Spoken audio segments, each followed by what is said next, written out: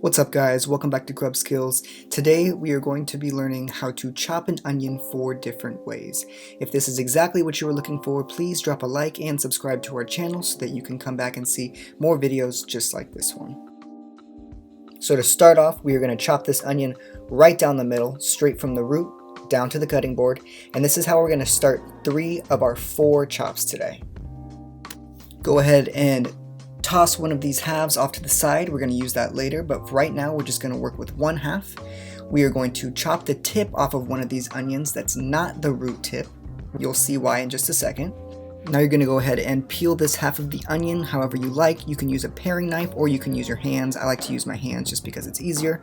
And then you're going to chop parallel to the cutting board straight through the onion. This is just going to make sure that your dices are a little smaller.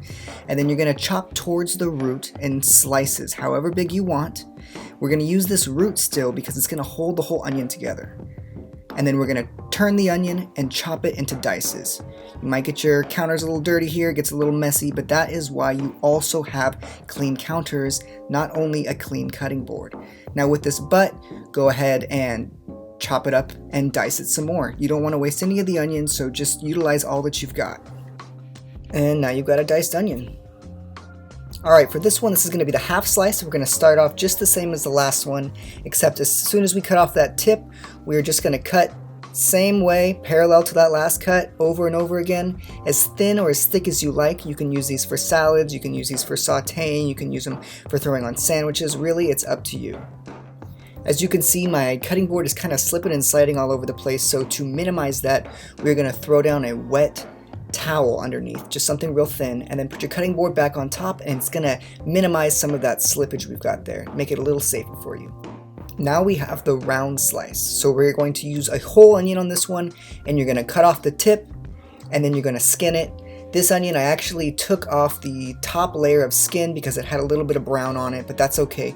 Just take off as many layers as you need and then you'll be just fine. It's a perfectly good onion underneath there. And then I'm going to make this slit down at the one side of it so that it's not rocking all over the place.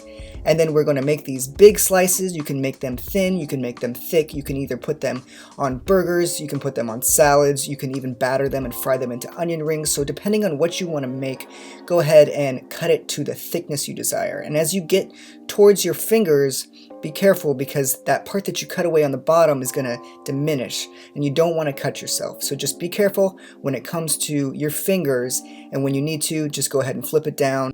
And with that end piece right there, you can either dice it up or you can put it to the side, make a good vegetable stock out of it, throw it in the freezer, do whatever you'd like with it.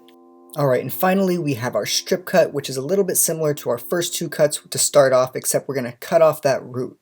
And then we're going to make slices perpendicular to that cut you just made, as thick as you want. These cuts are great for sauteing, putting in a vegetable saute, making a vegetable hash, anything like that. If you're going to saute it up, this is the cut that you want because they're going to be nice and thick. And now when you have that weird wedge at the end, go ahead and flip it on its side and then continue cutting. You want to minimize any kind of damage that you're going to do to your fingers, guys. And there you have it, guys. Those are your 4 onion cuts that you can use for pretty much any dish out there. If you found this helpful, please give a like and subscribe or head over to our website at grubskills.com.